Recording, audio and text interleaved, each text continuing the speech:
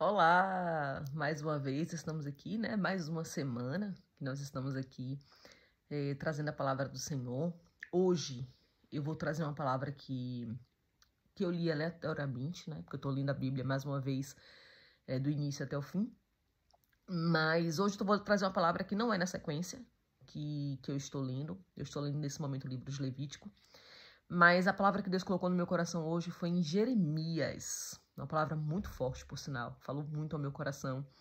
E eu tenho certeza que vai falar muito ao seu coração também.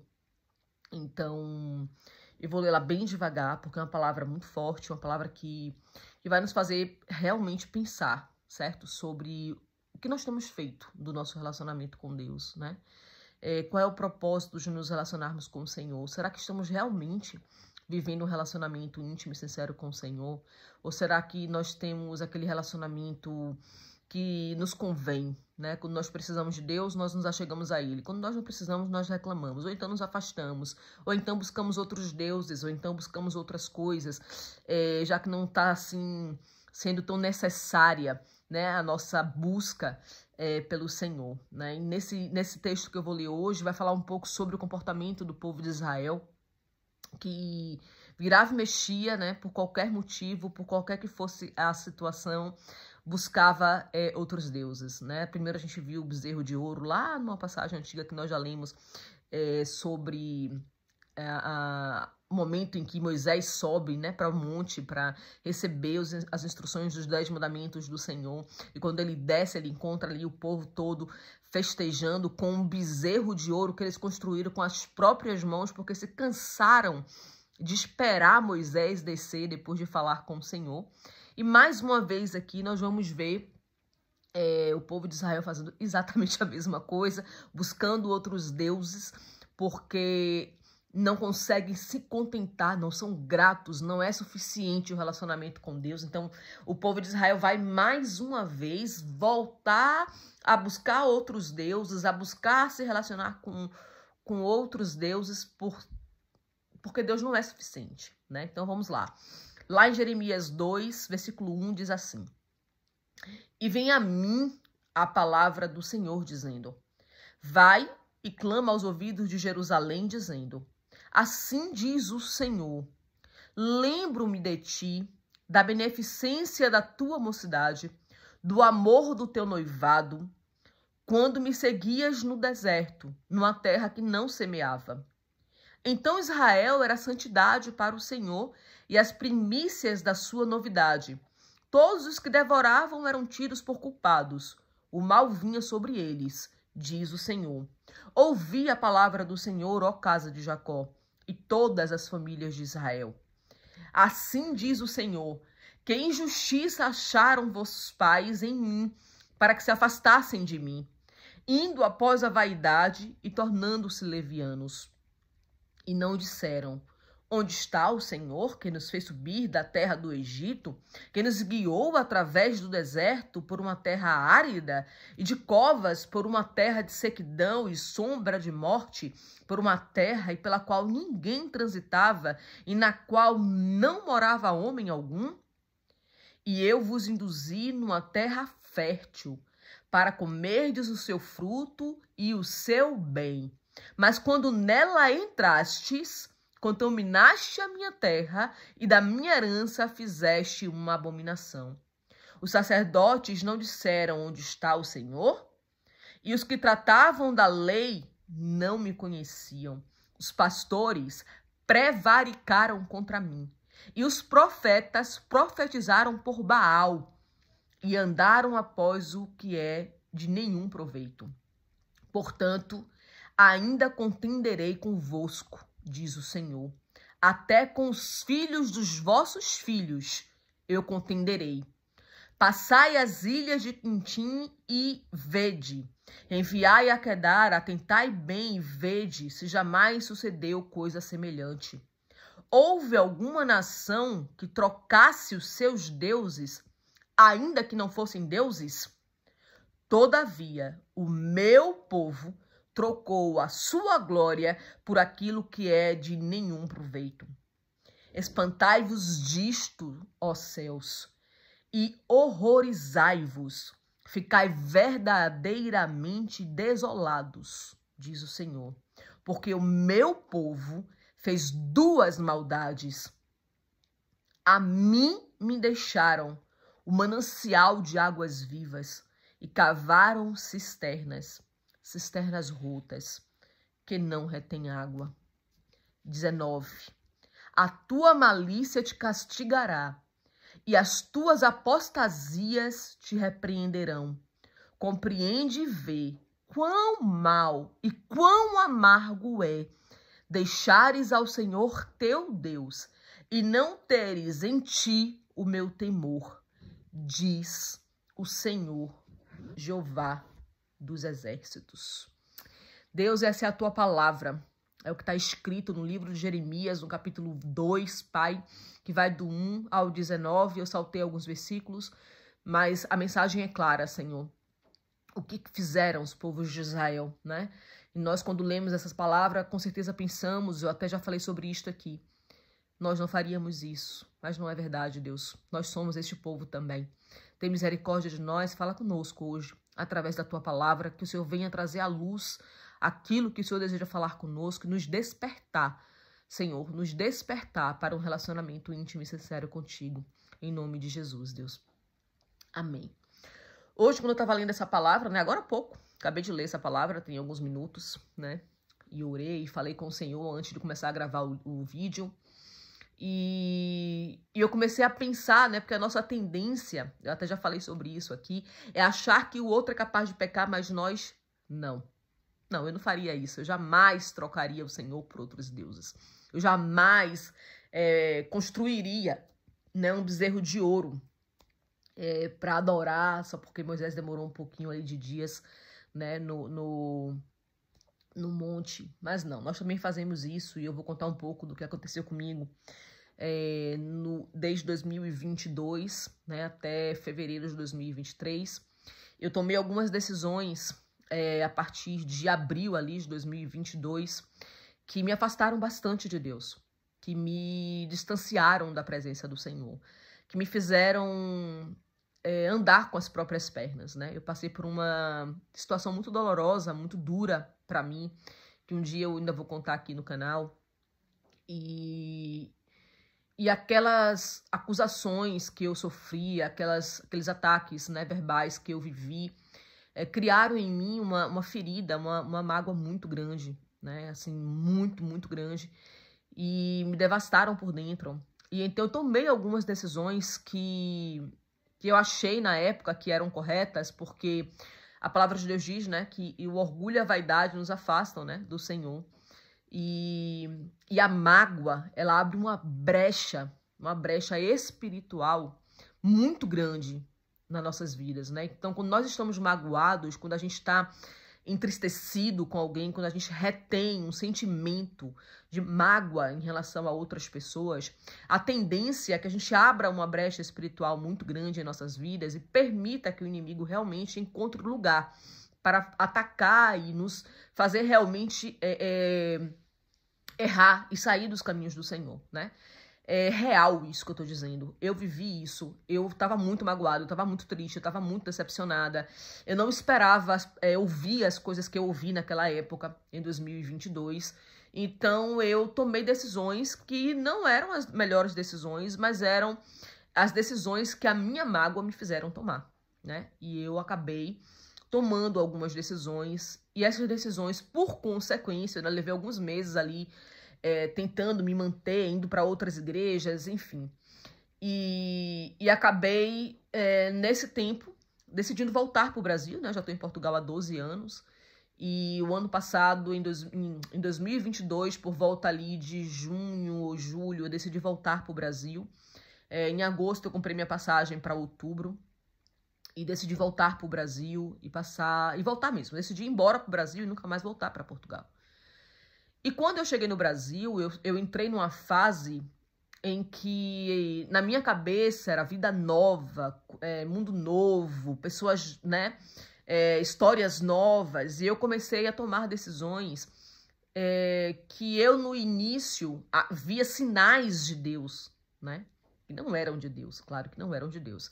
Se eu não estava centrada no centro da vontade de Deus, se eu não estava buscando ao Senhor como se deve buscar, e estava tomando decisões achando que era de Deus, óbvio que não eram de Deus, né? Mas eu comecei a perceber que a gente começa a se dar desculpas. E a gente cria, assim, todo como é que eu vou dizer isso? Todos os argumentos para justificar certas atitudes que a gente toma e ainda por cima visualizar sinais que não são de Deus, como se fossem de Deus, né? E a gente começa a dar passos em direção a situações que vão nos levar a cisternas que não são mananciais de águas vivas, né? E eu comecei a caminhar por esse trajeto e eu comecei a andar como se eu estivesse fazendo tudo certo, mas eu não estava fazendo nada certo, né? A maior prova disso foi que eu voltei a beber, eu voltei a frequentar festas do mundo, eu comecei a frequentar barzinhos, eu comecei a frequentar lugares que não são lugares que agradam ao Senhor. Eu não estou dizendo isso porque ir no bar é pecado. A gente pode ir no bar com amigos, jantar, tomar uma água de coco, um refrigerante, bater um papo. Tem pessoas que tomam uma cervejinha e que não tem nenhum problema em tomar uma cervejinha, outros não podem nem chegar perto de cerveja porque ficam bêbados, e isso sim é pecado. Mas não é disso que eu estou falando, a discussão não é essa. A discussão é eu tomar decisões que eu pensei e agi achando que era de Deus. Mas quando nós estamos firmes nisso aqui, quando a gente está realmente firme na palavra de Deus, quando a gente está buscando realmente a vontade do Senhor, a gente sabe o que é e o que não é a vontade de Deus. Então a gente para de desculpas. A gente para de encontrar a forma de justificar o que está errado para dizer que nós estamos fazendo certo, né? Então eu, por experiência própria, comecei a viver um tempo na minha vida em que todos os passos que eu comecei a dar estavam me levando para situações como essa, longe de Deus. Passos que me afastaram da palavra do Senhor, me afastaram da presença do Senhor, me afastaram da comunhão com o Espírito Santo. E, óbvio, quando eu li essa palavra, né, no versículo 19 vai dizer assim: a tua malícia te castigará e as tuas apostasias te repreenderão. Compreende e vê quão mal e quão amargo é deixares o Senhor teu Deus. Gente, e com o passar dos meses eu comecei a ver que essa passagem, né, em Jeremias 2,19 é muito real, porque eu comecei a viver isso na minha vida. Eu comecei a viver um tempo em que tudo ao meu redor era amargo, era ruim, era estranho, não fazia sentido, as coisas não se completavam, a vida não estava da forma correta, sabe? Eu comecei a ver que as atitudes que eu tomei, que as posições que eu ocupei, que o trajeto que eu estava trilhando não era o plano de Deus para minha vida, não era aquilo que Deus tinha para mim. Até que no dia 11 de fevereiro de 2023, eu estava em casa, era um sábado, né? Eu em dezembro, dia 31 de dezembro de 2022, foi o último dia que eu coloquei cerveja na boca. E aquilo já não tava bom. Tanto que eu voltei para casa com várias fichas do bar que eu tinha ido passar o Réveillon, porque eu não conseguia, eu comprei fichas que eu nem usei naquele dia, porque ali a coisa já não estava muito boa. E então, a partir de dezembro ali, já 1 de janeiro, foi um dia, assim, muito estranho para mim. Dia 2, mais estranho ainda. E eu comecei, a partir dali, a fazer alguns questionamentos a Deus. Voltei a orar, comecei a perguntar ao Senhor realmente sobre o que eu estava fazendo com a minha vida, né? O que eu queria para mim. Quais eram os meus planos, né? O que eu estava fazendo comigo mesma. E ali eu comecei a orar devagarzinho, porque as coisas já não estavam fazendo muito sentido. E eu perguntava a Deus, por que eu estou no Brasil? Por que eu estou aqui? Por que o Senhor permitiu que eu viesse? Por que eu passei por tudo isso desde que eu cheguei aqui? Por que as coisas estão acontecendo dessa maneira? Por que eu estou em depressão de novo? Porque eu tinha entrado em depressão em 2022, gravíssima. De abril até outubro, novembro de 2022, eu tive uma depressão muito grave mesmo. Quem estava perto de mim, algumas amigas, algumas pessoas estavam perto de mim, as pessoas estavam muito preocupadas. Quando eu decidi ir para o Brasil, algumas dessas pessoas não queriam nem deixar eu ir para o Brasil, porque estavam com medo da minha ida para o Brasil. Alguns amigos do Brasil querendo que eu fosse, porque queriam que eu estivesse perto. e eu estava tomando remédio para dormir. Eu tive uma crise grave no trabalho, que bateu uma ambulância para me socorrer aqui em Portugal, né? Eu estava na vigilância ainda. E um dia eu tive uma crise gravíssima no trabalho, ao ponto de cair, ficar deitada no chão, encolhida. Eu trabalhava como vigilante numa dessas empresas de logística, né? Então eu estava o tempo inteiro lidando com caminhonistas, como se diz aqui em Portugal, com caminhoneiros, como se diz no Brasil. E eu estava falando sempre com algumas pessoas e cumprimentando, até que de repente eu estava atendendo um senhor. E eu comecei a ver que as coisas não estavam muito bem, e ele começou a perguntar se eu estava bem, e eu lembro de balançar a cabeça e dizer que não. E literalmente deitei no chão, me encolhi no chão, com uma dor absurda no estômago, que até então eu já tinha tido várias crises dessa durante os últimos anos da minha vida, e eu sempre achava que era porque eu tinha comido alguma coisa, porque alguma coisa não tinha caído bem, enfim. E nesse dia eu tive a certeza absoluta, mais do que nunca, que essa dor que dominava o meu corpo, que me paralisava, que me deixava sem respirar e que me colocou no chão nesse dia, literalmente no trabalho, fardada, era uma crise de pânico. Porque quando a ambulância chegou, né, meus chefes chegaram, eu tive que ligar para todo mundo, então correu todo mundo para lá, meu supervisor, o supervisor do meu supervisor, e então tava todo mundo lá. E eu, com a ambulância lá na porta, a ambulância me socorreu, me levou para dentro da ambulância. Começaram a me dar ali soro, oxigênio e tal, aquela coisa toda. E eu comecei a perguntar para a senhora que estava ali, para a bombeira, né? O que era aquilo, porque aqui em Portugal geralmente vem um médico e um enfermeiro. E eu comecei a perguntar, a conversar com eles e tal, e ela falou assim para mim: a gente não pode dar muitas instruções, porque são os médicos nos hospitais que têm que dizer alguma coisa, mas isso me parece uma crise muito grave de pânico. Você está tomando alguma coisa? E eu contei para ela que estava tomando a fluoxetina de manhã, estava tomando um outro à noite que eu já não me lembro o nome, e estava tomando que eu esqueci o nome agora, que é um tarja preto, inclusive. Só posso tomar com orientação de psiquiatras ou médicos, né? E eu lembro dela dizer assim: ligue agora para o seu médico e conte o que aconteceu. E eu liguei para o meu médico de família, que é uma pessoa espetacular e que tem muito carinho por mim, já me acompanha há muitos anos, ao ponto de eu conseguir falar com ele por telefone, o que não é normal aqui em Portugal. E eu liguei para ele e ele me atendeu e perguntou como é que eu tava, e eu contei o que tinha acontecido, até fico um pouco emocionada quando eu lembro disso, porque ele foi muito bacana comigo nesse dia.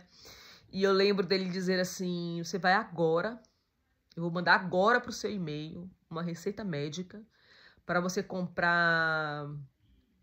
Esqueci o nome do remédio agora, mas é um remédio fortíssimo. Quando eu lembrar, eu vou trazer um vídeo aqui falando sobre isso.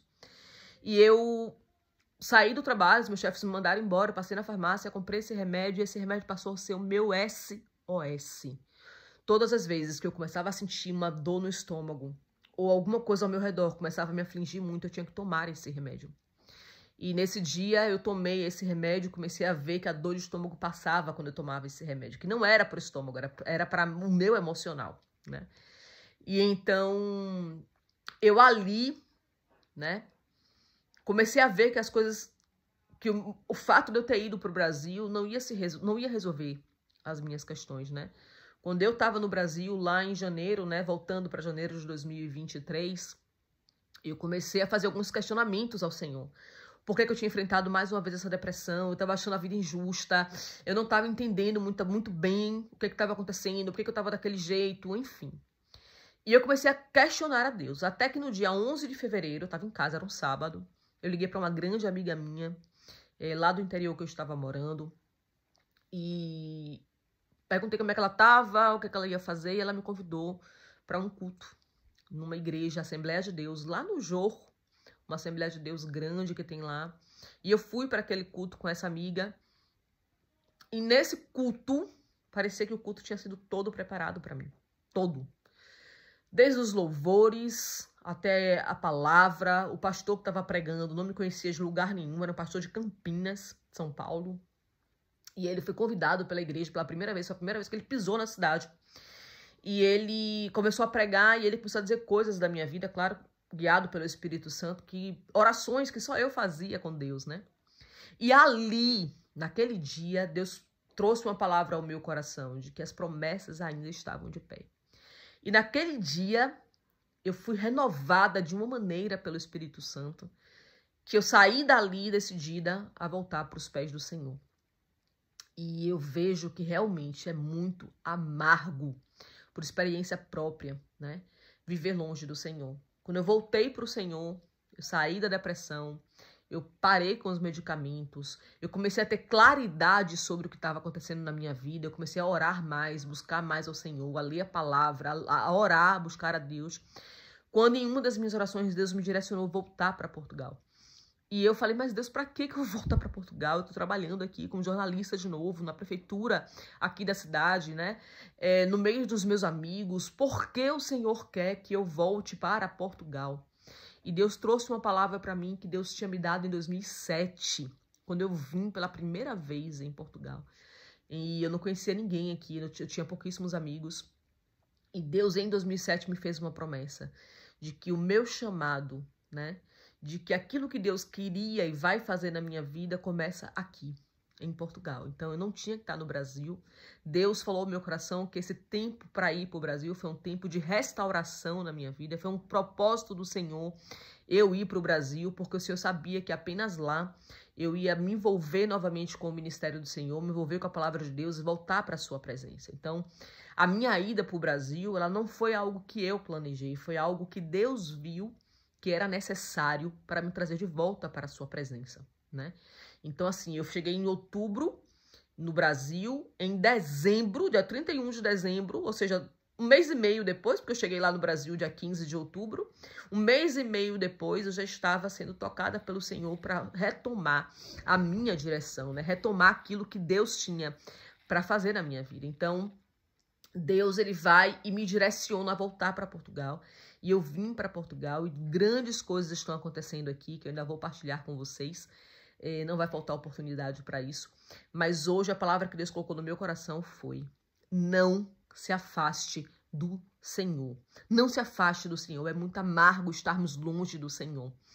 Quando nós estamos prestes a fazer alguma coisa, mas estamos na presença do Senhor verdadeiramente, o Espírito Santo nos traz a verdade e não nos permite tomar nenhuma decisão que não seja da vontade do Senhor. Mas quando nós não estamos na presença do Senhor, mas achamos que estamos, fingimos que estamos, nós estamos fadados a tomar decisões que nos levarão para cisternas que não retêm água. Então, que nós tenhamos isso em nosso coração e que nós venhamos a buscar verdadeiramente todos os dias quais são as direções do Senhor para as nossas vidas. Adorá-lo em espírito e em verdade, porque Ele é digno de toda a honra e toda a glória. E não nos deixar confundir com as coisas deste mundo, porque as coisas deste mundo nos afastam de Deus. Amém? Que Deus abençoe a sua vida, a vida da sua família. E que dia após dia você tenha mais amor e mais vontade, mais sede de estar na presença do Senhor. Amém? Até o próximo vídeo. Deus te abençoe.